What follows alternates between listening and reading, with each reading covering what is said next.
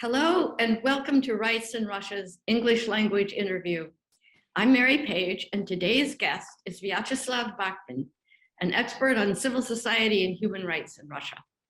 He is co-chair of the Moscow Helsinki Group and a member of the board of the Sakharov Centre, of which he is now the chair. In the Soviet era, he was a dissident and participant in the human rights movement. For example, he was one of the organizers of the Working Commission to investigate the use of psychiatry for political purposes that was founded in 1977. And from 1980, he served 4 years in a Soviet labor camp for those activities. In the 1990s, he worked in the Russian Ministry of Foreign Affairs, where he headed the Directorate for International Humanitarian and Cultural Cooperation. And he later worked as the executive director of the Moscow office of the Open Society Institute. Welcome to Rights in Russia, Slava. Thank you for joining us, and we look forward to a stimulating half hour that will build around a series of questions. So if you're ready, let's get started. Okay. Western media paint a very bleak picture of the human rights situation in Russia today. Are circumstances really as bleak as our media tend to suggest? I haven't read Western media, unfortunately. Usually I reading our own media and it reflects situation in human rights not better than, sometimes not better than in Western media.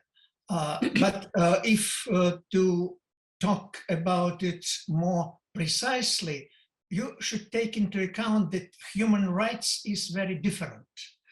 We have the political and human rights from one side, and then economic, social, cultural rights from another side. And of course, the situation with civil and political rights is getting worse and worse every year. We follow this development during many years, and this trend is obvious. Especially the last year, it was tremendous shift towards worse side of the attitude to the human rights organizations and human rights in general. But as concerns to the social rights, economic rights, such as children's rights or rights of people with special needs, then it's different situation because state supports NGOs which are dealing with such kind of rights and trying to support it and try to maybe sometimes replace the role of state by the role of NGOs, which helps people in needs. So the picture is maybe more complex, but the general attitude to the human rights is getting much worse. So in your career, you have seen extraordinary changes. You yourself went from a Soviet prison camp to being an official in the Russian Ministry of Foreign Affairs, and then to a deep engagement with the rapidly growing Russian civil society, in particular, foreign support for civil society organizations and not-for-profits. So how do you explain the tremendous advances in civil and human rights made in Russia under Presidents Gorbachev and Yeltsin, and now the regression back to the more authoritarian government under President Putin? Yeah, it's a rather complex question because there are many reasons behind all these changes and the changes at that time in 90s and changes in our time. But what is maybe characterize all changes in our country is that they come always from above, from the government, from the people in power, but not from below, from people in the ground. The only exception was the revolution of 1917, and we know how it's bloody and very awful consequences of these support of changes from below. So at time of 90s, it was a very fantastic time. And I remind it with big pleasure and interest, because at that time, our impression was that everything was possible.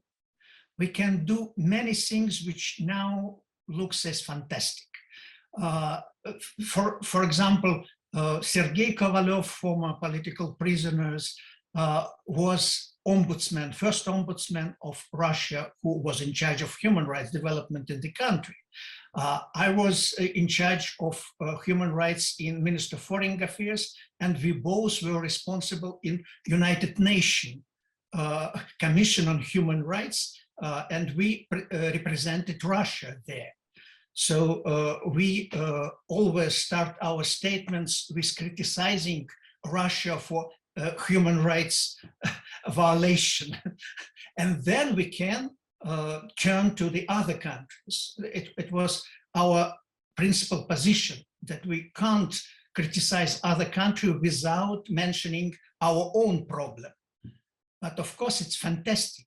It wasn't common in that time, and it's absolutely impossible in our time when the real politic is in power.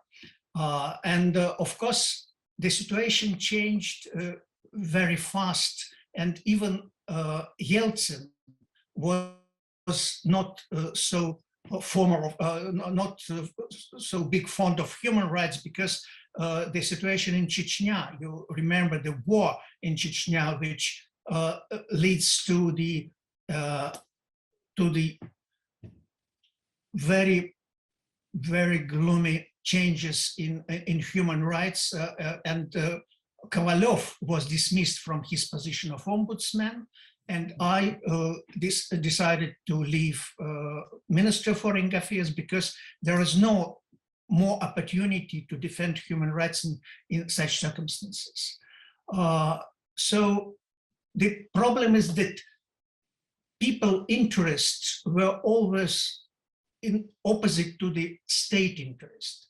And if state interest prevail, there is no place for human rights. And if the state looks themselves as a powerful state, they try to suppress human rights, which is criticizing this power. So we call it realpolitik. And realpolitik is now dominate in foreign relations and in our country also. So it's very negative consequences, but it's could be expected, because all came from above and people were very passive, and now they have only the passive discontent feeling, some frustration, but they can't do anything and don't feel themselves to do anything. This year in May, the Moscow Helsinki Group, of which you are the co-chair, will mark its 46th anniversary. What does this organization, the Moscow Helsinki Group, mean for you? And what does it mean for Russia? I think that Moscow Helsinki Group played very important historical role in Soviet Union. It's the subject for the long lecture, how it plays this historical role, but I wasn't the member of Moscow Helsinki Group at that time. I became the member at the present time, in the late 80s. And now the Moscow Helsinki Group is maybe have good reputation as historically the first human rights organizations in Soviet Union and in Russia. And it means that reputation is rather high for this organization, but it's only one of many other human rights organizations. It's not now have the leading role as it was in Soviet time. because there was alone. We were alone at that time. It's not so known even for the ordinary people as many other human rights organizations. But still, this bridge from the past plays very important role, even for some activists and for human rights organizations, which their attitude to the Moscow Helsinki Group is very good, and they value the role of Moscow Helsinki Group and its influence for the human rights movement in Russia now. So it's not so important as it was before, but still it's an organization with good background and reputable background. Just at the end of last year, the courts ruled to close down Memorial, which is, I think, Russia's oldest and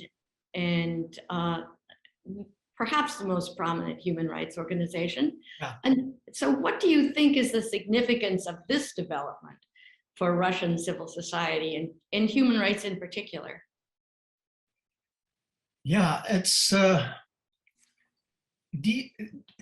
this decision, court decision, is from my point of view, and not only from my point of view, it's common now that it's important stage of oppression of human rights organizations and civil society in general in Russia, because Memorial plays a very important historical role, as well as Moscow Helsinki Group, but it was organized in the one of the first organizations of Soviet Union in transition, and it plays an important role for our history and for our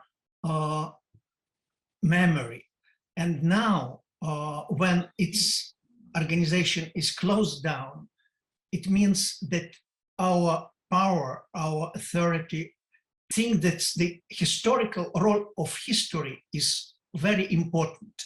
And for them, they can't afford independent organization to play the role in the explaining about the history of the Soviet Union. The authorities should have the monopoly for the history. And it's symbolic that Memorial was so harshly suppressed and closed down. And it's these organizations, both organizations, Human Rights Memorial and International Memorial, so irritates the power for many years. And now the time came when they decided that everything is possible. These times reminds me the situation in Afghanistan, when the Russian troops invading in Afghanistan, and after that the Soviet Union lost all this international reputation, and they decided that they can do everything after that. And that was time when the dissident movement was really destroyed in the early 80s. So now it resembles me this time, because after the invasion in Ukraine and the Crimea, and after the poisoning Navalny and all these very obvious steps towards losing this state reputation, they decided they can do everything. And Memorial is the sign of this new stage of development, I think. In this context, what are existing human rights organizations like the Moscow Helsinki Group and those other groups that you referred to, I mean, to what extent are they still able to function and be effective? In spite all these difficulties, the organization is still functioning, and you can follow this functioning when you go to the sites and you see what's the different, they organize different events, and of course they are very active still now, but majority of human rights organizations now are foreign agent, as you know, with maybe one exception of Moscow Helsinki Group. And that is some reasons why we are not foreign agent up to now. I think it historically the Moscow Helsinki Group have this interconnection to the Soviet time, first of all, and then Lyudmila Alexeyeva was the maybe first human rights activist who knew Putin and who met Putin, and civil forum when she ran the civil forum and give the floor to the Putin with the statement about the civil society in this civil forum and so on. So there are some background of Moscow Helsinki Group, and it's still not foreign agent, but all other organizations are working in very harsh situation. Of course, they have the additional burden of reporting. They should mark all their statements as a foreign agent statement and so on. You know, all these limitations and all these difficulties, but still they are working, and we have some slogan from Soviet time: do what you have to and let it be what it will be. That is our decision, that in any circumstances we should do what we should do, and then we'll see what will come of it. So all organizations, or human rights organizations, are working according to this slogan, and we are doing what we can do in these circumstances. And so how much public support do these organizations have now that international funding has declined? Yeah, you are true that international funding is now very limited, and only foreign agent can afford to have this international funding, because they're already ruled as foreign agent, and nothing can be worse. But still, they almost all human rights organizations have their domestic support from ordinary people. It's easy to see that every organization has its own audience. It's certainly maybe even thousands of people, dozens, thousands of people, sometimes millions of people. And the problem always, how to address to this audience, how to give them chance to support their favorite organization. But now with new technologies, it's very simple, became very simple, because we have crowdfunding, we have social networks, and we have opportunity to address to our targeted audiences. As a result, we see that millions of people support human rights organizations, which looks strange in these circumstances. They giving private donations to NGO, which is not forbidden yet. Of course, the majority of population not interested in human rights activity. And research among the people who are giving donation to NGOs shows that mostly they support socially oriented NGOs, which have some social services, helps children, helps the ill people, and so on. But 1/3 of these who are supports NGOs, 1/3 of people know the human rights organizations and ready to support them also. The mostly known, of course, is Anti-Corruption Foundation of Navalny, but only 1/3 of those people know about this organization. Memorial, Over Day in 4, so-called, it's organizations which helps people in detention and give them a legal assistance.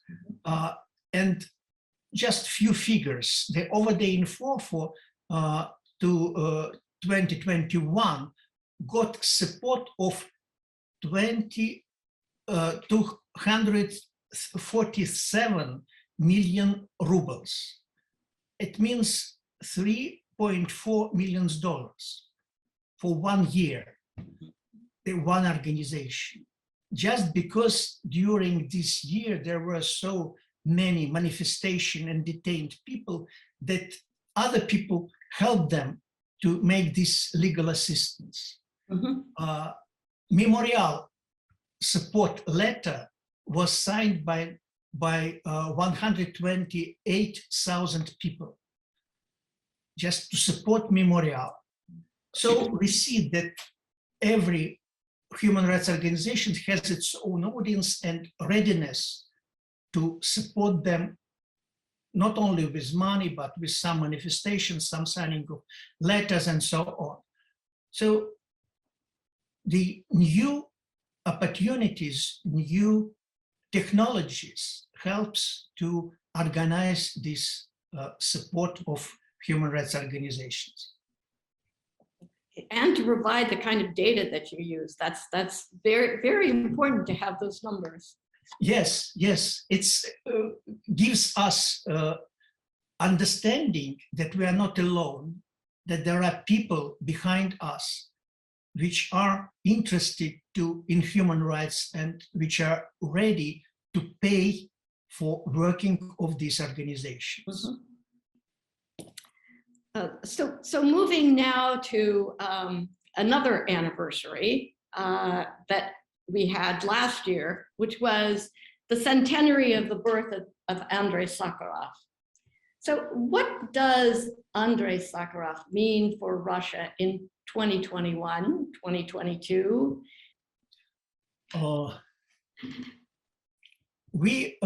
Because this last year, 2021, was the year of anniversary of Sakharov, the Levada Center make some research and organized a survey which shows the attitude towards Sakharov now and 20 years ago when Sakharov just died, and the memory of him was very fresh. And we see the difference that now Sakharov is much less known as it was before, in spite that he is one of the mostly known figures. He was the nuclear bomb author, he was the Nobel Prize laureate, human rights actor. So his very high reputation in the Soviet Union at that time.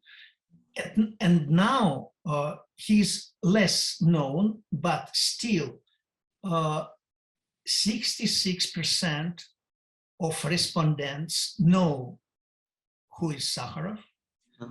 1/3 of people which were asked, they are positive towards Sakharov, and only 2% is negative towards him. So we have the picture of attitude to Sakharov up to now. And of course, during the last 20 years, Sakharov almost not mentioned in media because he wasn't a good example of citizen for the present authorities. He was too independent to be the good example. So he wasn't mentioned, but during this Jubilee year, we organized a lot of exhibition in all parts of Russia, more than 1,000 exhibitions about Sakharov. And I hope that now his name is much more known than in the beginning of the year, the last year. So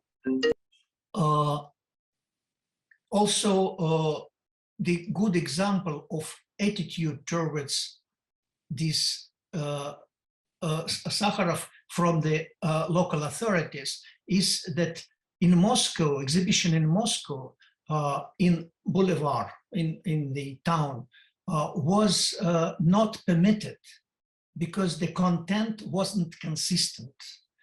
And content consists only from the words Sakharov said during his speeches or in his books. Nothing more, just his citation. And it's not consistent now. And this exhibition wasn't permitted. So you know how Sakharov now very important and very relevant to the time we are now living. So finally, what does the future hold for human rights in Russia? And are there any grounds to be optimistic? Oh, I think it depends on people, because some people are always optimistic, and I am part of such crowd of optimistic people, because in Russia, you can't live not being optimist. And I'm really optimist, but historically optimist. In spite of this gloomy time, which we are now facing, especially in the attitude to the independent organizations, independent minds, and I think that future of human rights are very linked with future of country. If country will change the attitude and to human rights, and future of human rights will be other. So gloomy future for the country where freedom is absent. That is my hope, that if there will no freedom, there is no place for the independent thinking, for the critical thinking, for development of human potential, human capital, that the country won't have any future. They will stop develop, and it means that it will be destroyed finally. So my future is historical, my hope, and my hope is that historically we are inevitably should be democratic country. Otherwise, we'll disappear. Thank you, Slava, for that very thoughtful answer, and for sharing your views and experiences to help us better understand both the history and the current situation for human rights defenders in Russia. Thank you for this opportunity to share with my vision and my feelings. Thank you so much. Well, it was our privilege, and we wish you the very best and hope to see you again on Rights in Russia. Thank you. With similar hope.